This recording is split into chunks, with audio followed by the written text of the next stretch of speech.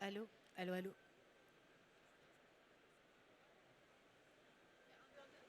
C'est bon. Bonjour à tous, bienvenue sur le CPrint si vous venez d'arriver. Bienvenue à cette conférence Écran partout, humain nulle part. Le print et le tactile peuvent-ils sauver le magasin? Alors c'est un titre volontairement un peu provoque parce qu'on est dans le temple de la communication et des arts graphiques, de la communication visuelle, mais il n'empêche qu'on voit tous l'explosion des écrans et du digital.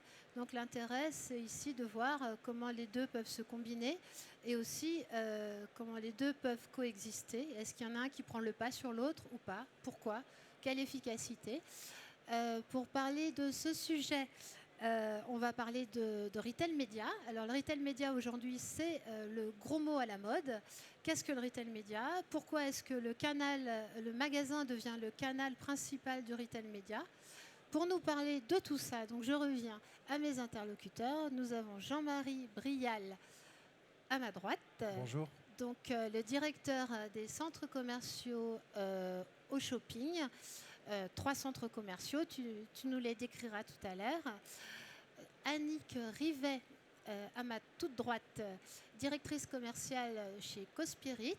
Donc Cospirit est une agence média, enfin une agence d'achat d'espace indépendante, qui a un axe particulier, une grosse partie, la moitié je crois, de votre chiffre d'affaires est sur de la communication locale, de proximité. Donc ça peut nous intéresser sur tous les médias de proximité justement. Et ils viennent de remporter le Grand Prix Agence Média Indépendante de l'année, donc bravo. Et Nathalie Violi, donc fondatrice et dirigeante de l'agence Ideact, qui est une agence alors, de retail marketing, de retail design, de visual merchandising, voilà. Donc nos 3 invités vont évoquer le sujet du retail média, des écrans, du print. Voilà. Ma première question, bien justement, c'est qu'est-ce que le retail média? Sachant qu'on a quand même 3 axes différents d'intervention. Alors je commence par toi Jean-Marie. Le retail média au sens centre commercial, foncière, qu'est-ce que c'est? Pour nous, alors peut-être que je me présente juste effectivement, donc c'est les centres commerciaux de Dardy, Caluire et Porte des Alpes qui est en pleine restructuration. Donc la marque Au Shopping de nos centres commerciaux avec les magasins Auchan et toutes les enseignes de nos centres commerciaux. Et d'où nous, le retail média, on l'a en B2B, en B2C. Alors, plutôt en B2C, pour ma partie en tous les cas, qui va être... parce qu'en fait, on a 3 marques.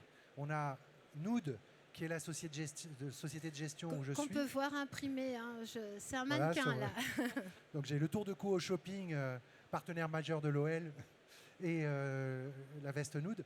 Nood, donc, qui est le gestionnaire des centres commerciaux pour le compte de Citrus La Foncière, qui avant s'appelait Imochamp. Donc Citrus, propriétaire, et qui nous mandate pour cette gestion. Donc il y a la marque Citrus, il y a la marque Au Shopping, qui est la marque des centres commerciaux de Citrus, et il y a la marque Nood, la société de gestion. Donc c'est vrai que des fois, moi j'ai, avec certains interlocuteurs, un peu de mal ou ils ont un peu de mal, et je dois leur expliquer finalement qui nous sommes.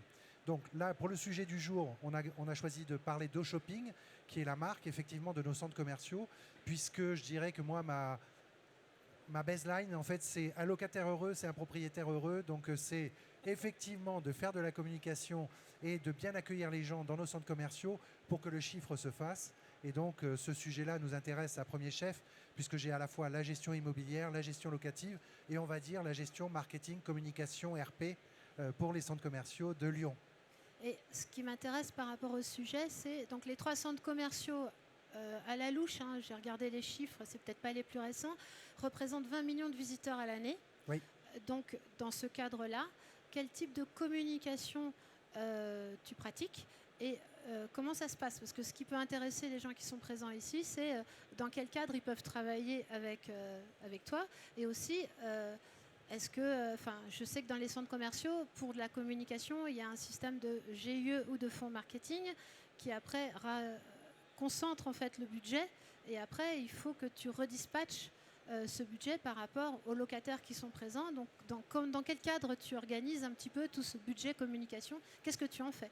Alors, effectivement, pour les médias, c'est souvent un peu complexe parce qu'en fait, il y a ce fonds commun marketing dont on parle, qui est effectivement aujourd'hui, il y avait des associations de commerçants qui n'existent quasiment plus. Et donc effectivement, c'est le bailleur qui gère pour le compte des commerçants. Alors souvent, ce qu'on a fait quand même, suite à la dissolution de ces associations de commerçants, c'est qu'on a créé un petit comité marketing informel où on choisit un commerçant de chaque branche pour effectivement partager avec eux tous les trimestres la tendance, mais on écrit le scénario nous-mêmes. L'évolution qu'il y a eu, je dirais, en tous les cas dans le groupe, dans la FM, dans le groupe Auchan, c'est qu'il y a 10-15 ans, il y avait très peu de communication externe. C'était la locomotive Auchan qui communiquait et on était plutôt dans l'accueil des clients, dans l'animation accueil client dans la galerie. Ça a complètement changé avec tout ce qui se passe actuellement. Donc l'hypermarché n'est plus la locomotive. Alors, ça reste une locomotive, mais ça n'est pas la seule. Et donc, du coup, effectivement, moi, je l'ai bien vu dans mes budgets marketing, la part d'achat d'espace a évolué et on est entre 30, 40, voire parfois 50% de notre budget marketing pour dédier aux médias. Alors, avec nos supports à nous, qui sont effectivement nos supports digitaux sur le site, qui sont effectivement Facebook et Instagram, j'avoue que pour des raisons de rapidité, de technique et tout ça, on n'a pas encore été sur TikTok. On a bien vu ce qui s'est passé avec Carrefour et d'autres. Donc on n'y a pas encore été. Il faut maîtriser la situation. Et sur nos écrans digitaux dans la galerie, puisque là, c'est pas le support externe, c'est une filiale de notre groupe dans eMedia Center. Et ensuite, on a tout l'affichage en fait sur nos portes, puisqu'effectivement, on fait en moyenne, suivant mes centres, entre 14 000 et 20 000 personnes jour qui rentrent dans la galerie. Sur Saint-Priest, on a beaucoup plus de monde parce que j'ai aussi un comptage à travers MyTraffic qui me permet d'avoir le comptage Big Data des téléphones sur le parking, où on est à 1 million de téléphones sur le parking par mois. Effectivement. Alors, même question sur le retail média. Cette fois, je vais m'adresser à Annick. Donc là, on va être sur la partie communication. Et j'insiste un peu sur la communication locale parce que c'est un petit peu ce qui nous intéresse aujourd'hui. Oui, alors je vais peut-être présenter également CoSpirit. Je vais vous parler de ce qu'on fait, puis je parlerai plus spécifiquement après un peu du retail média, qui est un angle particulier dans la communication, puisque le métier est beaucoup plus large et le retail média, c'est un type de média finalement qu'on active aujourd'hui pour nos annonceurs. Donc CoSpirit, en fait, on est une agence média indépendante. On est une agence média 360, on active tous les leviers, on est 280 personnes, on est basé sur 3 pôles qui sont Lille, Paris et Lyon. Le plus gros pôle étant à Lyon. On a été fondé en 1994. Et voilà, notre dirigeant, c'est Florian Grill, que vous connaissez peut-être pour ses activités dans le rugby.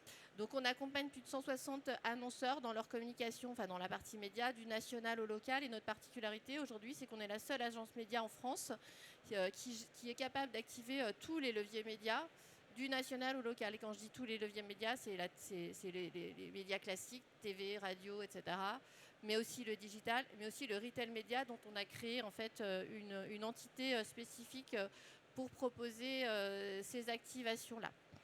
Voilà, donc sur le national, on a développé chez CoSpirit, même sur le national, on a une approche finalement locale, puisqu'on a développé une approche qui s'appelle la France de votre marque, où en fait, pour quelle que soit la marque avec qui on travaille, on part toujours d'une analyse des territoires, de l'implantation de la marque, de l'implantation des magasins quand c'est un retailer, pour pouvoir proposer des plans médias quand ils sont nationaux qui sont quand même corrigés des particularités locales. C'est-à-dire que quand vous prenez une carte de France, quand vous regardez la consommation média, elle est différente d'une région à l'autre. C'est des raisons historiques. Les gens regardent moins la télé à Paris, ils consomment plus la presse en Bretagne. On a une particularité aussi d'implantation des marques. Quand on parle de grande distribution, vous avez certaines enseignes, vous avez des implantations plus fortes dans certaines régions que d'autres, et où il faudra peut-être mettre plus le poids du corps sur ces régions. Et on a une particularité aussi de l'offre média sur le territoire. Si on prend l'exemple de la radio, je discutais hier avec les gens de Énergie. Énergie, par exemple, en France, il couvre la grande majorité du territoire, mais il peut y avoir des zones blanches. Donc c'est important de toujours partir de cette analyse locale pour proposer des plans médias, même nationaux, qui soient 100% utiles. C'est-à-dire qu'on serve toutes les régions, tous les magasins quand on est dans un réseau de distribution. Et spontanément, comme ça, l'affichage, par exemple, c'est dans quelle région de France où c'est le plus pertinent ? Alors pour le coup, l'affichage n'est pas le média où il y a le plus de côté régional. Pour le coup, l'affichage, c'est un média qui est bien implanté partout, qui est consommé partout. Par contre, on peut avoir des particularités sur l'affichage avec certaines zones où ils ont fortement réduit. Si je prends l'exemple de Grenoble, quand vous voulez communiquer à Grenoble, où ils ont supprimé une grande partie de l'affichage, c'est plus compliqué d'avoir des réseaux d'affichage sur Grenoble que par ailleurs. Il y a un autre phénomène aussi, si on prend l'exemple de l'affichage, c'est que si vous communiquez dans la Creuse ou à Bordeaux ou à Paris ou à Grenoble, c'est pas le même prix. Donc voilà, les réseaux d'affichage, c'est surtout ça la problématique, c'est qu'on va avoir des réseaux d'affichage plus ou moins puissants. Et puis surtout, il y a des problématiques de budget.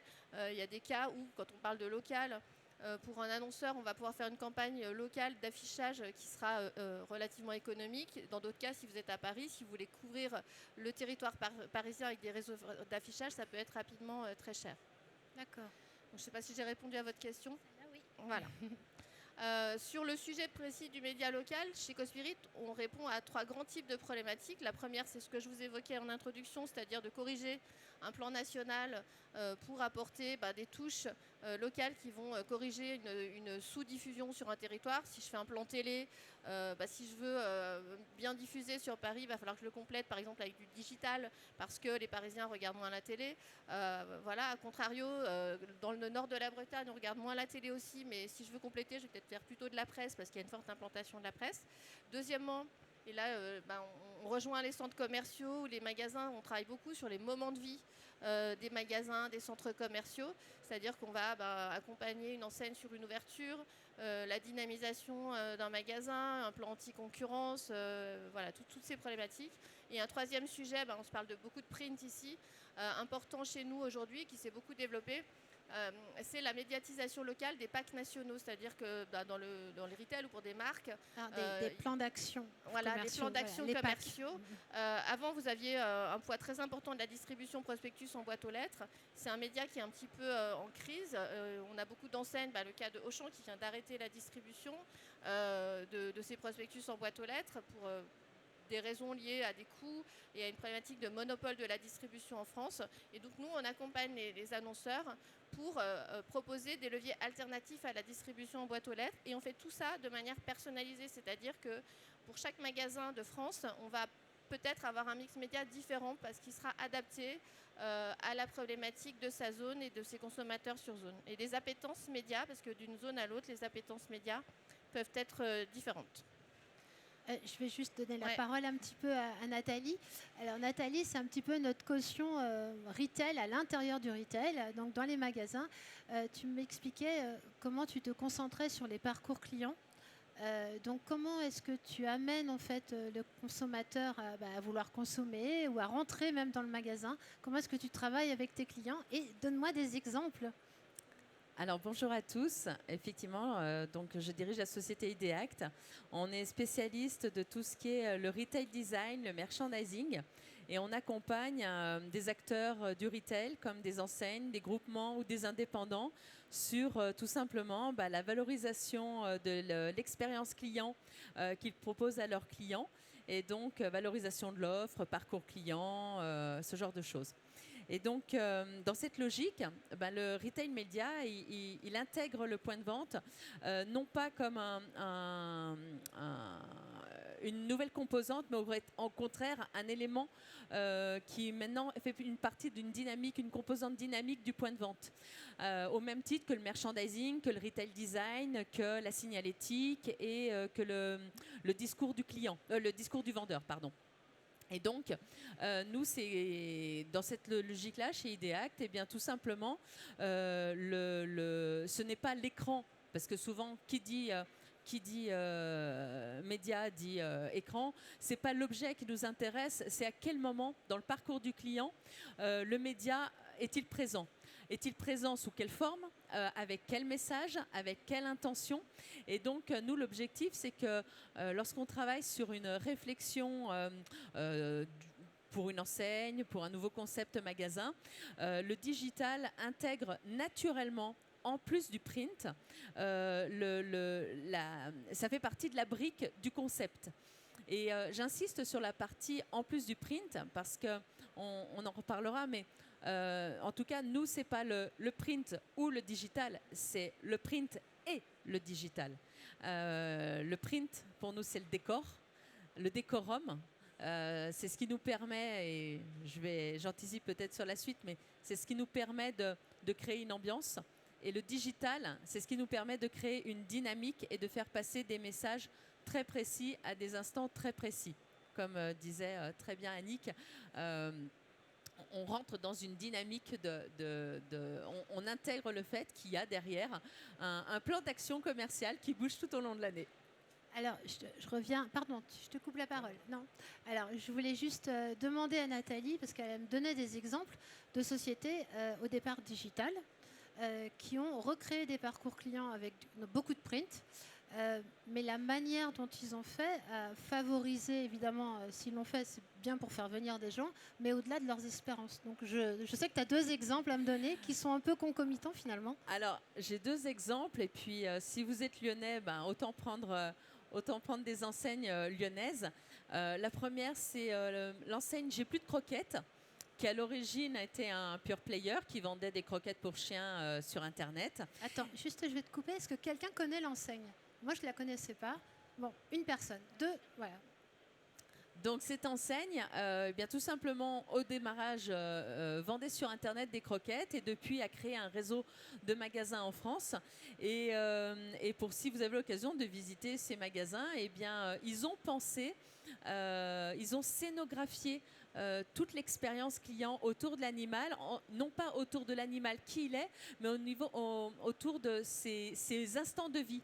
Et c'est-à-dire que vous rentrez dans le magasin, vous avez l'espace où l'animal dort, donc l'espace chambre, l'espace hygiène avec une salle de bain, vous avez l'espace accessoires, l'espace cuisine où vous trouvez toutes les friandises et les croquettes pour votre animal. Et en réalité, ils sont repartis. Même le toilettage. Même le toilettage, tu as raison. Et donc, ils sont partis des instants de vie. L'objectif n'est pas de vendre de la croquette, l'objectif c'est de créer une émotion auprès du propriétaire et de l'emmener dans l'univers de leur animal à des instants précis de sa vie. Et donc, c'est de l'achat d'impulsion complète. Plus que de l'impulsion, puisqu'en fait, mon chien adore tellement ce magasin qu'en fait, il achète lui-même. Donc, il y a des choses à sa hauteur. C'est vrai, il y a des choses à la hauteur de l'animal. Donc, c'est extrêmement bien fait. Et puis, le deuxième exemple auquel je pense, d'ailleurs, ils sont... Si vous connaissez cette enseigne, vous saurez qu'ils ont un lien entre eux.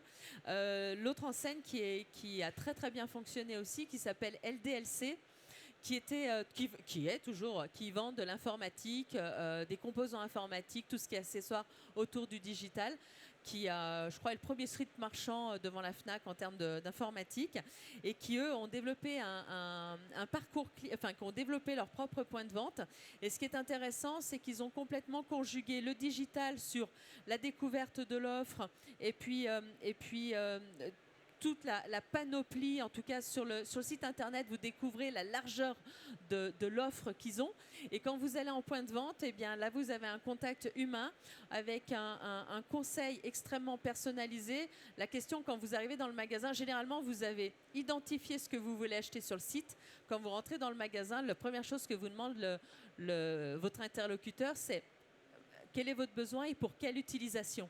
Et à partir de là, vous lui dites, j'ai repéré ça sur Internet, et il ne s'intéresse pas aux produits que vous avez repérés sur Internet. Ce qu'il veut savoir, c'est quelle est l'utilisation que vous allez en faire pour voir si c'est réellement adapté, et il n'hésitera pas à vous conseiller. Et ils ont été d'ailleurs plusieurs années de suite élus meilleur service client. Et je vous confirme, pour être... Alors, cliente chez LDLC, et non pas... c'est juste impressionnant parce que ça va jusqu'au moindre détail. Par exemple, c'est un moment où on vous demande si vous êtes gaucher ou droitier. Parce qu'un truc tout bête, la souris, ça a une incidence. Et ça, c'est juste génial quand Internet ne vous le pose pas la question. Lui, votre interlocuteur va jusqu'à ce point de détail. Et là, vous avez vraiment une personnalisation. Et la personnalisation des quorums dont parlait Nathalie aussi, dans J'aime les croquettes, vous avez plein d'arches. Alors là, pour le coup, l'impression est très très importante. Toutes les arches sont décorées pour vous faire entrer dans chaque univers, enfin faire entrer le chien ou le chat dans chaque univers. Jean-Marie, on parle de visiteurs, de consommateurs, mais est-ce que moi je rentre dans le centre commercial au shopping, je suis un client ou je suis une audience ? Parce qu'au final, à force de voir des écrans, à force de voir de l'affichage, à force de voir, est-ce qu'on me considère comme un client ou comme une audience? Avant tout, la première chose, c'est le client. C'est le parcours client et c'est vraiment le travail qu'on est en train de faire. Pour les voisins, vous le verrez sur Porte des Alpes, on est en train de le travailler. On est en train de travailler la renaturation, les espaces détente et un certain nombre de choses. Le plus important, c'est le client. Après, bien entendu, s'il y a des clients et s'il y a du monde, forcément, on impacte sur une monétisation, forcément, à un moment donné, de ce trafic. Mais la priorité, c'est que le client soit bien chez nous. Vous êtes au bon endroit avec Oshopping. Et du coup, c'est quoi la répartition entre l'affichage, les écrans, le DOH? Comment est-ce que tu partages ton budget média là-dessus? Alors, sur les écrans, on a un droit, hein, puisque c'est une filiale. Donc, tout ce qui va être communication au shopping, c'est gratuit. Donc, on a quelques secondes offertes sur notre réseau. On le partage comment? En fait, globalement, dès que je monte une opération, là, vous avez tous entendu sur Scoop ou sur Énergie qu'on a une opération Lego à Porte des Alpes, ça vient de passer là. Bon, écoutez, ça, ce sont des achats d'espace qu'on fait nous, puisque en fait, on avait une agence d'achat d'espace il y a 3 ans, mais on a préféré reprendre la main et être indépendant parce que, au-delà des achats, ce qui m'intéressait, c'est que sur ces structures médias, c'est qu'on puisse aussi monter des partenariats. Et les partenariats, il faut que ça soit en direct avec nous. Je raconterai pourquoi sur les partenariats avec les artistes. En tous les cas, sur le côté média, c'est vraiment l'opportunisme de communiquer sur nos opérations. Après, on a une offre pour nos commerçants, bien entendu, parce que j'ai 150 enseignes. On a fait avec EasyPass, notre kit, la possibilité en fait de faire des achats face par face. Ce sont des sucettes numériques. Et donc du coup, ils peuvent acheter, il y a en moyenne 10 faces par site. Et donc du coup, ils peuvent acheter 1, 2, 3, toutes, une semaine, une journée. On a voulu être très modulaire parce que des fois, il y a aussi dans les espaces précaires donc des marques qui viennent et qui achètent dans la galerie. Ouais. Et donc qui peuvent s'associer aussi à ces totems digitaux. Annick, quand on préparait la conférence, vous me disiez que vous, votre enjeu, c'était de rééquilibrer la communication de vos clients en local. Donc comment est-ce que vous faites? Vous l'avez un petit peu défloré au départ, mais est-ce qu'on peut prendre un exemple, par exemple? Alors oui, alors déjà sur le rééquilibrage, quelque chose que vous devez certainement savoir, vous n'avez pas forcément les chiffres, mais vous savez, les investissements publicitaires s'orientent de plus en plus vers le digital. On se sont beaucoup réorientés sur le digital. Aujourd'hui, on est à plus de 58% des investissements publicitaires qui se font sur le digital. Il faut avoir en tête que ces 58%, les 2 tiers, les 75% de cet investissement-là, il est fait auprès des GAMAM. Les GAMAM, c'est les grandes plateformes américaines. Donc les grandes plateformes, c'est Google, Amazon, Meta, Apple et Microsoft. Donc il y a un vrai enjeu à faire du rééquilibrage des investissements médias pour plusieurs raisons. La première raison, c'est une raison, économique et sociale. La raison économique et sociale, c'est que quand on investit dans des médias qui sont des médias nationaux ou locaux, ou par exemple quand on investit dans le retail média, dans les centres commerciaux Nood, ça soutient la vitalité des territoires. On a une responsabilité tous à ce niveau-là, c'est-à-dire que cet argent, il est réinvesti à un moment donné auprès des salariés d'Auchan, il est réinvesti quand on fait de l'affichage auprès des gens qui travaillent pour JC Deco, etc. Donc il y a un vrai enjeu économique et social. Quand on parlait de l'affichage, quand on fait de l'affichage, par exemple, en fait, les régies, JC Deco, Cities, versent des redevances aux communes. Donc ça finance aussi, en fait plein de choses pour les communes, pour les territoires. Ils payent leurs impôts en France, donc ça finance aussi beaucoup d'autres choses, etc. Ce qui n'est pas le cas pour les GAMAM. Il y a un enjeu également démocratique. Pourquoi? Quand on fait travailler la presse, les médias de contenu nationaux, on a du contenu qui est quand même du contenu vérifié, qui est pas des fake news, alors que des fake news, on en a quand même beaucoup sur le net. Et c'est vraiment un enjeu d'indépendance d'indépendance et de souveraineté démocratique. Nationale aussi. Voilà. Ouais. Voilà, donc après, si je parle de ce qu'on fait, par exemple, quand on travaille par exemple sur la transition du catalogue papier vers d'autres médias, on va s'efforcer de ne pas proposer que du digital, justement aux annonceurs. On propose des mix médias, comme je disais, qui sont personnalisés par site, par magasin, etc. Mais bien sûr, il y aura un socle digital, mais on va proposer aussi de la presse, de l'affichage en fonction pardon, des budgets disponibles. Voilà, si je prends et après bien sûr, ce qu'il faut avoir en tête, et c'est un exemple qui marche pour tous les annonceurs, c'est qu'il faut jamais c'est pas recommandé de concentrer tous ces investissements sur un seul média, ça n'a pas de sens, ça ne permet pas de couvrir toute votre cible. Aujourd'hui, l'audience est de plus en plus fragmentée, les gens ils sont pas tout digital ou tout radio ou tout télé. Et donc, c'est aussi un moyen, bien entendu, de compenser le tout digital en se disant qu'un bon mix média va être plurimédia. Et alors, je reviens sur les mix médias. Je prends le catalogue parce que c'est quelque chose qui a été frappant.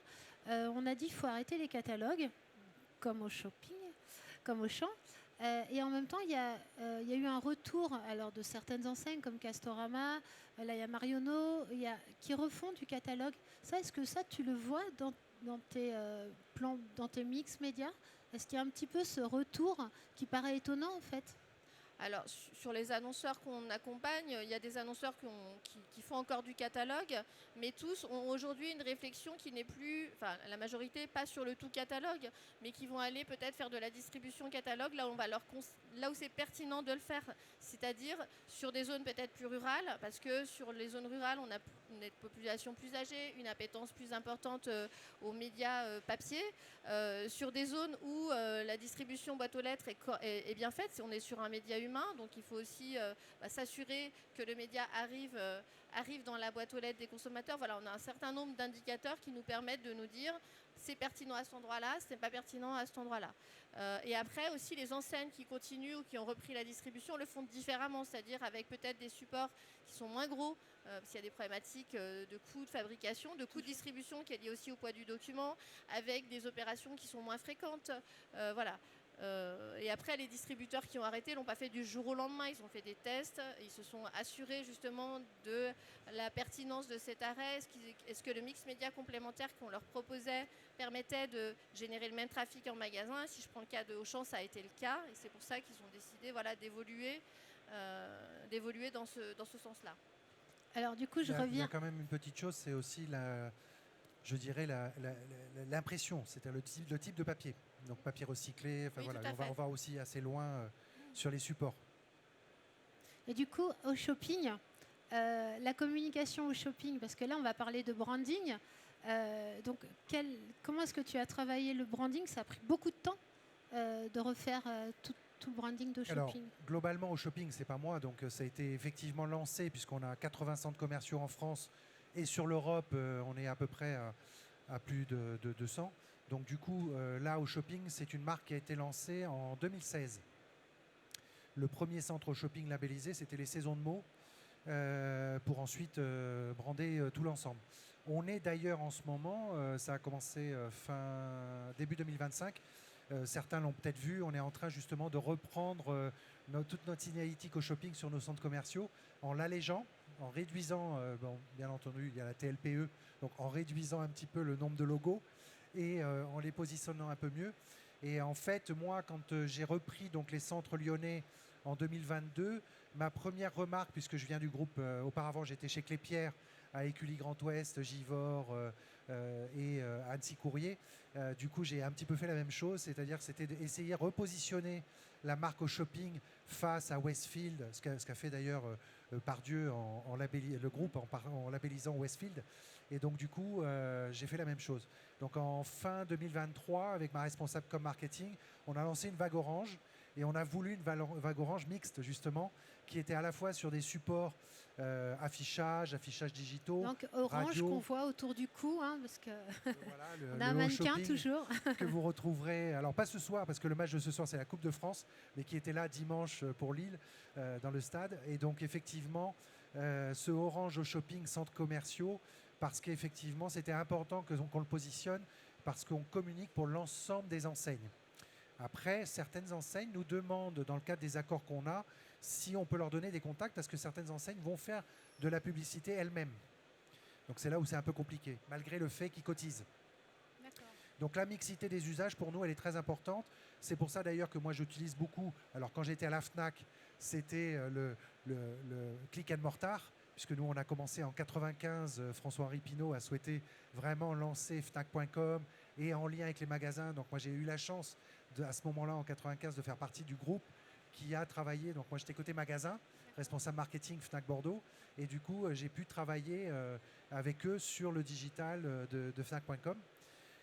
Et là, du coup, ce qui est important pour nous, c'est de travailler ce côté phygital où il y a effectivement les actions, mais qui doivent aller vers du drive to store. Le premier impact, c'était la surprise quand il y a 5-6 ans, on a accepté, par exemple, de mettre les lockers d'Amazon dans nos galeries marchandes. On nous a dit, mais ça va pas, vous êtes fous. Ben, en fait, non, parce qu'en fait, on est déjà après sur Saint-Priest de 3000 salariés, plus les clients en fait, qui le demandent, et on le voit de plus en plus avec les problèmes de vol dans les boîtes aux lettres et autres. Ils sont rassurés par ces lockers qui sont installés chez nous parce qu'ils sont sécurisés. Voilà. Bon, je dérive un petit peu d'un certain nombre de choses, mais pour dire effectivement que le phygital avec le drive to store dans nos galeries marchandes est notre priorité. Du coup, Annick, je reviens sur la communication. Tu as fait la communication, enfin, tu as participé, on va le dire comme ça, avec Nood, c'est ça? Oui. En fait, Cospirit, dont je vous disais tout à l'heure qu'on avait des bureaux, une agence à Lille. Donc, en fait, on est l'agence média de Nood pour les Hauts-de-France, parce que Nood, il y a une centaine, je crois, de centres commerciaux en France, je dis pas de bêtises. Et donc, ils sont assez régionalisés sur leurs actions. Et en fait, on a plusieurs centres commerciaux. Alors, j'ai pas le nombre en tête sur la région Promenade de des Flandre, Hauts-de-France. Anglo, Voilà, Noyelles-Godault. Anglo, c'est ça. On accompagne Des tous ces gros. centres pour qui on propose justement le soutien de toutes leurs actions commerciales annuelles, leur plan d'action commercial. Et pour chaque centre, on va proposer un dispositif personnalisé. Alors le socle est commun, en effet, et on se parle de digital, puisqu'en fait, on mixe. Bien sûr, il y a du digital, il y a de la radio, il y a de l'affichage, par exemple. Mais pour chaque centre, on ne va pas avoir le même budget déjà, parce que chaque centre a peut-être pas le même trafic, a peut-être pas la même zone de l'achalandise, pas le même potentiel. Il a aussi une offre média qui peut être un peu différente sur chaque zone. L'affichage, c'est pas les mêmes réseaux d'affichage, c'est pas les mêmes prix. Il peut avoir des cibles un petit peu différentes. Voilà. Donc pour on a une base commune, mais pour chaque centre commercial, on va avoir un mix média qui est modulable. Et puis, il y a aussi des choses qui vont être propres à chaque centre, mais parfois, on va regrouper les efforts. Par exemple, sur la radio, on a un émetteur qui émet très largement. On va faire des actions communes à tous les centres en communiquant sur la radio, et après, sur les médias... Orange. Pardon ? La grande vague orange. Voilà, et sur le reste des médias, eh bien, on va personnaliser à la zone du magasin. Et puis, bien entendu, d'une campagne à l'autre, en fonction de l'importance du temps fort, est-ce que c'est ce qu'on appelle les marronniers ou c'est pas un marronnier, on va pas avoir le même investissement média à chaque campagne. Donc, on travaille dans la dentelle, en fait. Annick, parce que là, on va parler maintenant retour sur investissement, KPI. Qu'est-ce qu'on mesure en fait? Alors vous, par rapport aux concepts sur lesquels vous retravaillez, etc., c'est quoi? C'est le trafic en magasin? Tout à l'heure, Jean-Marie parlait de drive to store. Voilà. C'est ça là? Donc effectivement, ce qui est intéressant, c'est que vous avez complètement la complémentarité entre nous trois, c'est-à-dire qu'une fois qu'ils sont jusqu'à drive to store, une fois qu'ils passent la porte du magasin, c'est là où tout va se transformer, en tout cas on l'espère. Et donc bien évidemment, nous quand on intervient auprès de nos clients, bien évidemment c'est de faire des beaux magasins, c'est d'imaginer une super expérience client, c'est d'avoir un décor qui séduit, qui donne envie de venir et revenir. Moi je dis souvent à nos clients, faire du beau c'est un prérequis, c'est pas notre objectif. Notre objectif c'est que vous ayez un retour sur investissement, et c'est la rentabilité. Et ce que j'aime bien au terme des projets, c'est quand je fais le point avec mes clients, c'est non pas dire ils sont contents, c'est joli, on a plein de compliments, c'est qu'ils me disent on est à plus 5, plus 8, plus 20. Là on a explosé sur ça, ici on est en rupture, et sujet qui est tombé il n'y a pas très longtemps, on est à l'étroit. Donc ce sont des éléments qui font du bien. L'avantage avec le digital, quand on met en place un certain nombre d'outils comme ceux que Annick vient d'expliquer, c'est que sur le digital, on a l'avantage d'avoir un retour, de pouvoir mesurer de manière assez rapide et finement le retour. Les points d'éléments qu'on mesure, hein, c'est la première chose, c'est le taux de fréquentation, le chiffre d'affaires bien sûr, le taux de transformation, le panier moyen. Ce sont des indicateurs qu'on peut suivre à la journée, voire même pour certains, lorsqu'il y a des opérations particulières avec des enseignes, on le suit à l'heure. Mais ce sont des outils, des éléments très simples à mesurer immédiatement qui voient si une campagne qui a été faite sur un réseau social ou un affichage sur une sucette qui était dans la galerie sur une telle période a amené le client en magasin, bah ça on le voit assez rapidement et donc ça fonctionne bien. Après, juste par rapport à ce que tu dis, quand vous rentrez dans un magasin et qu'il y a des écrans qui vous captent, des vidéos qui voient que vous vous intéressez, etc. S'il n'y avait pas de décor, s'il n'y avait pas de print, s'il n'y avait pas de packaging, s'il n'y avait pas d'affichage, on rentrerait même pas. Et là, je dis ça en connaissance de cause. Il y a carrément des magasins aujourd'hui, il y a Vans, vous n'achetez plus dans le magasin. C'est juste un showroom. Donc, d'accord, le digital permet de traquer, de monétiser, de capter, d'analyser, etc. Mais c'est quand même le côté émotionnel, tactile et... C'est exactement ça. En réalité, le print nous permet, comme je le disais en introduction tout à l'heure, le print nous permet de créer un décorum, nous permet de créer une atmosphère, de créer un environnement qui tout simplement va capter l'œil du client et va l'attirer. Alors, il aura eu des messages à côté et là où je dirais où on a réussi notre mission, c'est quand il sort du magasin et qu'on lui a demandé finalement pourquoi il est rentré, s'il est rentré pour le décor ou parce qu'il a reçu un message. Et quand le client vous dit je sais pas, ça m'a plu, c'est-à-dire qu'à un moment dans son inconscient, on a parlé à son inconscient, on n'a pas parlé à son conscient. Là où on parle à son conscient, c'est que quand il dit « Ah non, mais je trouvais ça super, j'ai vécu une belle expérience, c'est super sympa et j'ai envie de revenir en tout cas ».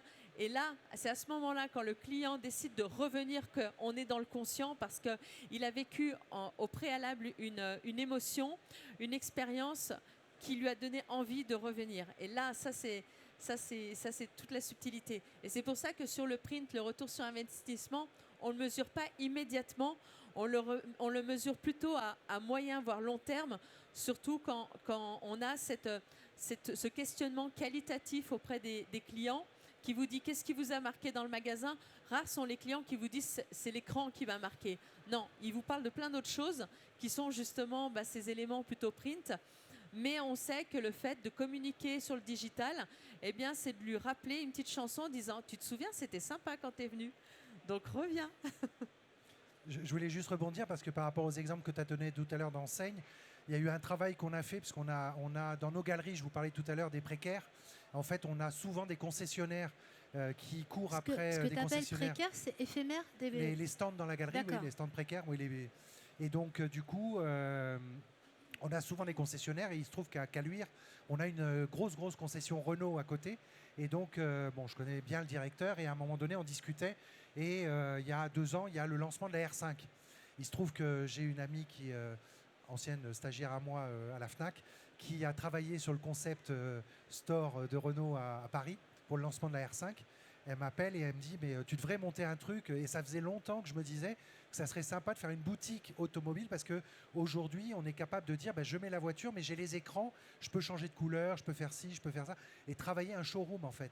Et donc on a longtemps bataillé mais avec Richard on a réussi RRG nous a validé donc la conception et je vous invite à visiter vous le verrez sur mon LinkedIn mais il est aussi en vrai donc c'est plus sympa d'aller le voir à Caluire. Donc vous avez eu la R5, maintenant c'est la R4. Il y a prochainement un nouveau concept qui va arriver. Et donc, ils ont une boutique où ils vendent aussi des goodies. Et ils sont en train de travailler justement cet accueil avec un seul véhicule. Et donc, du coup, des écrans, la possibilité de faire un showroom. Et donc, cette transfo très atypique. Et c'est pour revenir sur le sujet que sur lequel tu m'avais tendu la perche, c'était finalement ce temps de séjour des clients dans nos centres commerciaux, par rapport à ce que tu disais tout à l'heure aussi au confort, c'est vrai qu'on est parti dans une mixité d'usages où on développe beaucoup. D'ailleurs, c'est pour ça que certaines Nood travaillent beaucoup des lieux en mieux, parce qu'effectivement, on va travailler le médical, on va travailler le loisir, on va travailler les food courts, la restauration, on va travailler du coworking, on va travailler, et là, donc des concessionnaires qui montent un showroom. Et c'est hyper important, en fait, c'est un lieu de vie. C'est une rue commerçante de la commune. Beaucoup d'indépendants. Il y a 40% d'indépendants en moyenne. Parce que comme il y a de plus en plus de franchises, les franchisés sont des indépendants. Alors, je reviens moi sur ce que disait Annick parce que ça me faisait penser à quelque chose. On est sur le Nathalie. On est sur le groupe Au Shopping. Et à l'intérieur du groupe Auchan aussi, il y a Leroy Merlin. Et Leroy Merlin avait fait un truc super sympa il y a très peu de temps.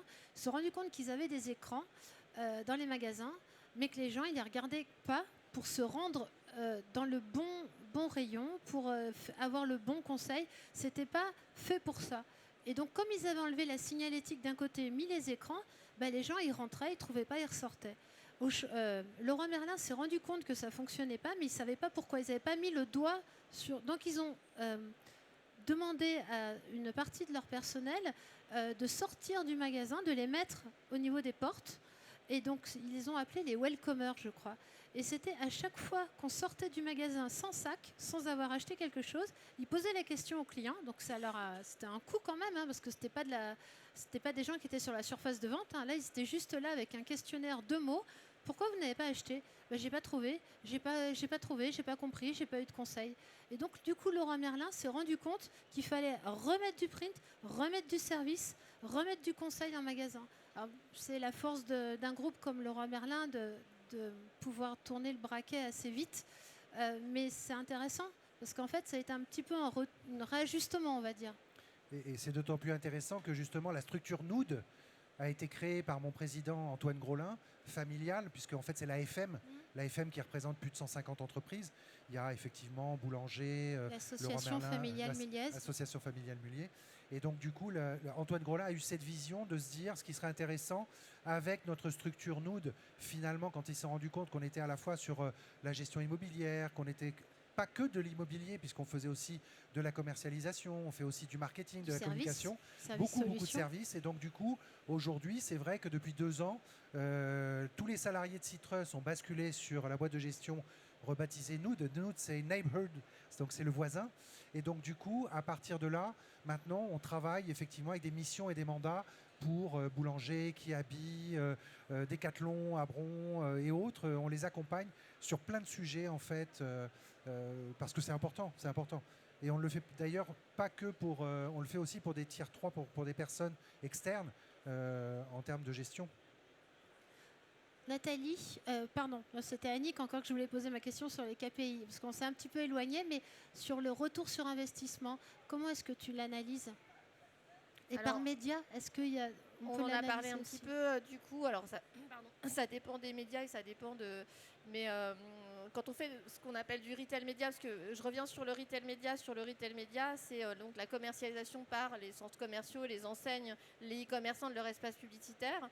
Il y a parfois sur certaines campagnes, justement le retailer va nous partager ses chiffres. Quand on fait par exemple une mise en avant d'une marque sur un site e-commerce de Auchan par exemple avec une bannière, derrière le distributeur Auchan est capable de nous communiquer les chiffres d'affaires qui auront été réalisés et on va comparer entre les gens qui auront été exposés ou non exposés à la publicité. On va regarder aussi la part de marché, l'évolution de la part de marché de la marque au sein des ventes. Il y a un certain nombre de choses qui sont possibles et qui sont très intéressantes et qui font partie du package média quelque part. Et puis après, il y a ce qu'évoquait tout à l'heure Nathalie, pour le digital notamment, mais on peut aussi arriver à le faire plus ou moins sur d'autres dispositifs. En digital, on travaille avec des partenaires qui s'appellent des tiers mesureurs.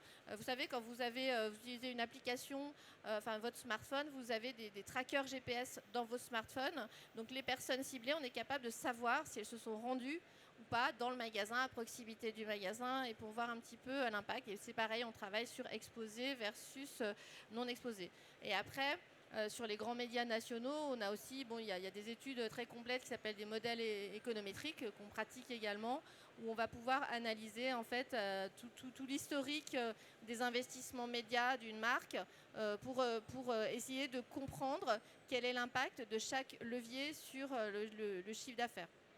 Mais la base, quand on travaille notamment avec la grande distribution, quand on fait une campagne, c'est de regarder l'impact sur le chiffre d'affaires et de comparer. Alors quand on n'a pas accès aux consommateurs, on compare des magasins entre eux, entre magasins actifs, non actifs. Et quand on fait une campagne, parce que là, ce que je t'avais envoyé sur l'exemple de Passage du Désir, mais ils achetaient une campagne plutôt qui leur disait j'ai tant de faces dans le métro, donc c'était de l'affichage, j'ai tant de faces.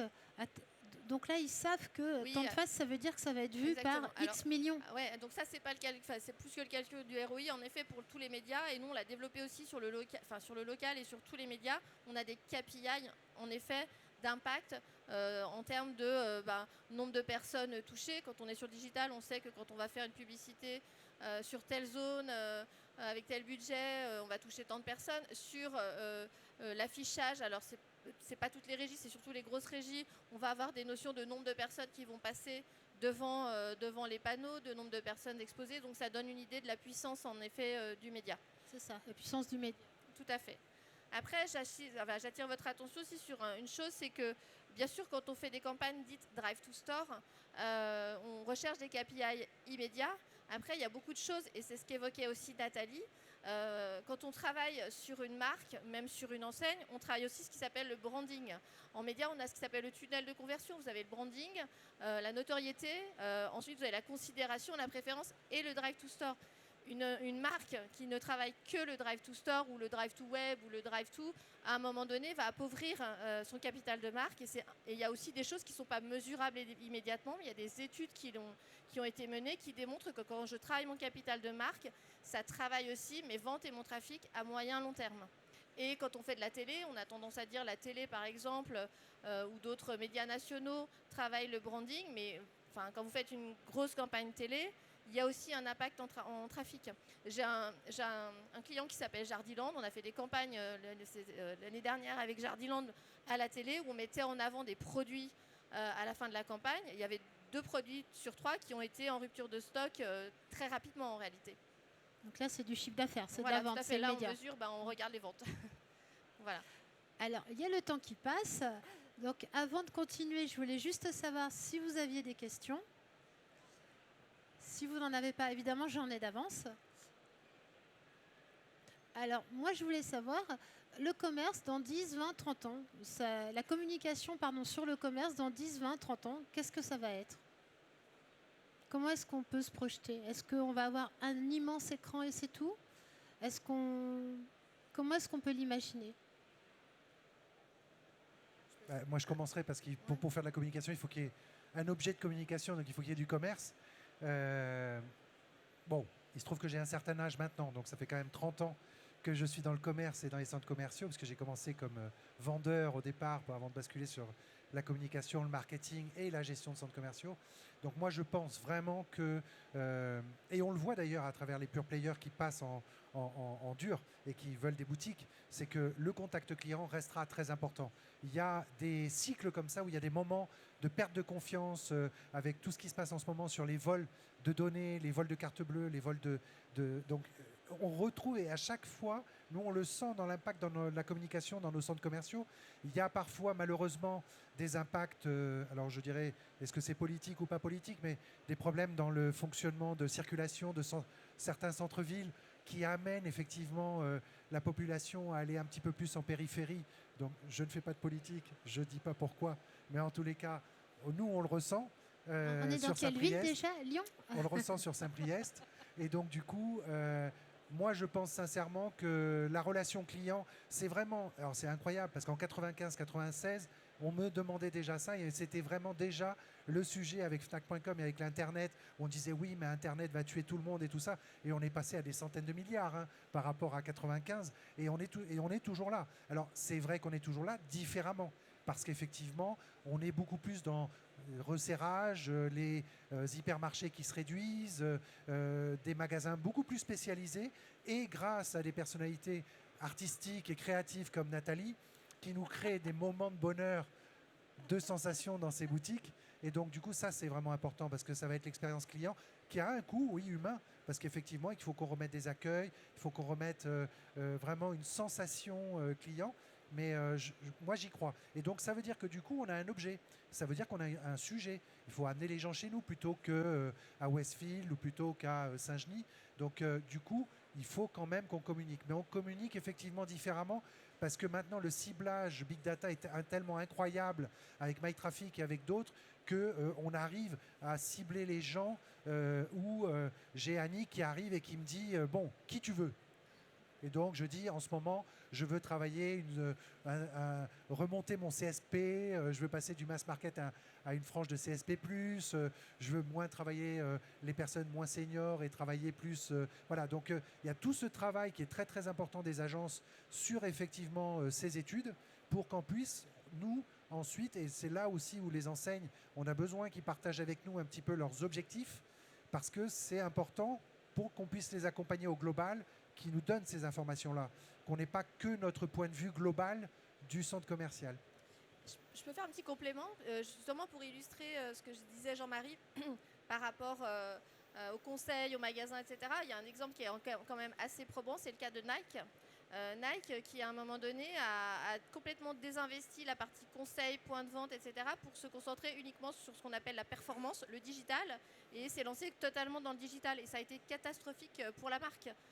Parce que les consommateurs, même les jeunes, en fait, ils ont besoin aussi, la notion auprès de la Gen Z, par exemple, la notion de confiance dans une marque est super importante. Et je reviens sur ce que je vous disais au début, l'importance du contenu, de la crédibilité de ce qu'on raconte, c'est super important.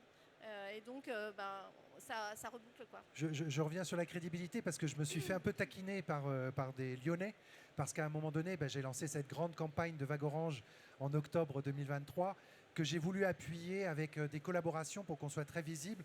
Et on a lancé ce partenariat avec l'OL, avec le haut du maillot, avec toute cette communication qui nous a vraiment apporté sur des diffusions médias incroyables. Parce qu'on a eu l'équivalent en la saison dernière de 14 millions d'euros d'équivalent d'achat d'espace sur la lisibilité au shopping. Donc un truc de fou par rapport à l'investissement de base. Et simplement, à un moment donné, il y a eu un effet un peu déceptif en 2024 du fait que quand les gens venaient dans nos centres commerciaux, ils ne les trouvaient pas aussi chics ou aussi sympas que Westfield, par exemple. Et donc, du coup, on nous a poussé un petit peu à retravailler notre rénovation, à retravailler notre renaturation. C'est pour ça qu'on a d'ailleurs relancé notre campagne de stickage et tout ça, et qu'on travaille fortement sur la réhabilitation de nos sites. Alors, moi, justement, je voulais te poser la question précisément. Est-ce que la communication de marque, donc toi qui es vraiment dans les magasins, etc., est-ce qu'elle a encore sa place ?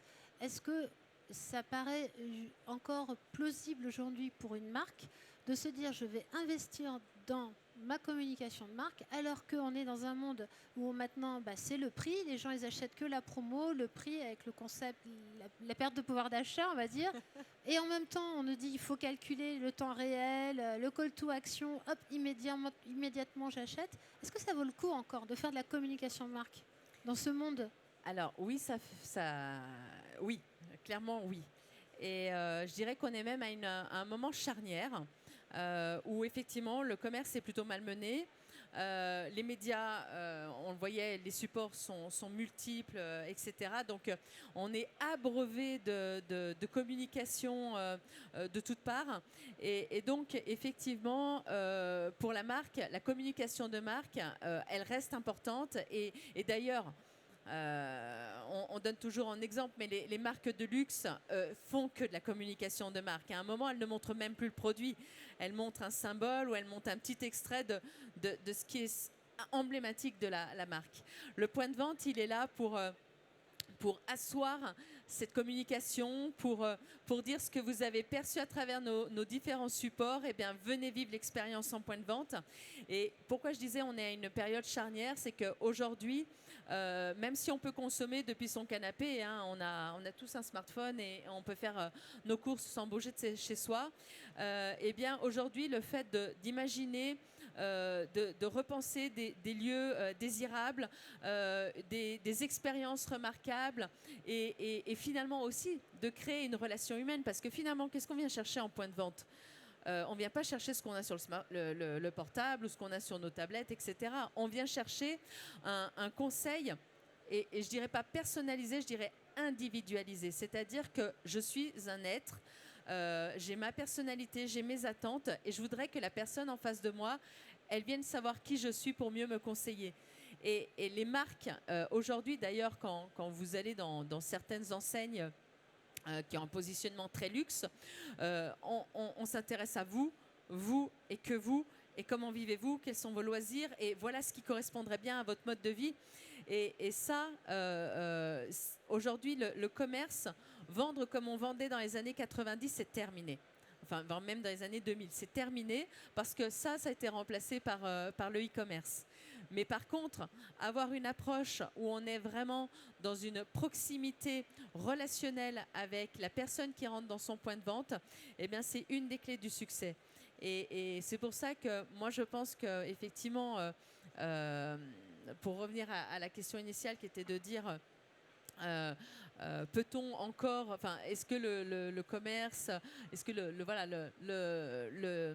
l'écran est partout, l'humain nulle part? Non, l'humain il est en point de vente et il a toutes ses lettres de noblesse pour justement approcher le client de manière très qualitative, très proche de lui et pour aller encore plus loin. Le digital nous permet de tout mesurer, mais l'humain reste la clé de voûte et la manière dont on reçoit le client en point de vente. Alors, on va peut-être s'arrêter là parce qu'on va arriver à la fin de l'heure. Si vous n'avez plus de questions, je vous repose encore la question. Merci beaucoup d'être venus. Merci à nos 3 interlocuteurs d'être venus nous voir sur Merci le salon. beaucoup. Sachant que ce sont 3 personnes qui ne sont jamais venues. Donc voilà, des interlocuteurs inédits. Et pour finir sur le sujet, effectivement, le magasin n'est pas qu'un seul parcours avec uniquement des points de contact publicitaires. On pense qu'il y a quand même de la place encore pour de l'humain. Voilà, merci beaucoup, bonne journée.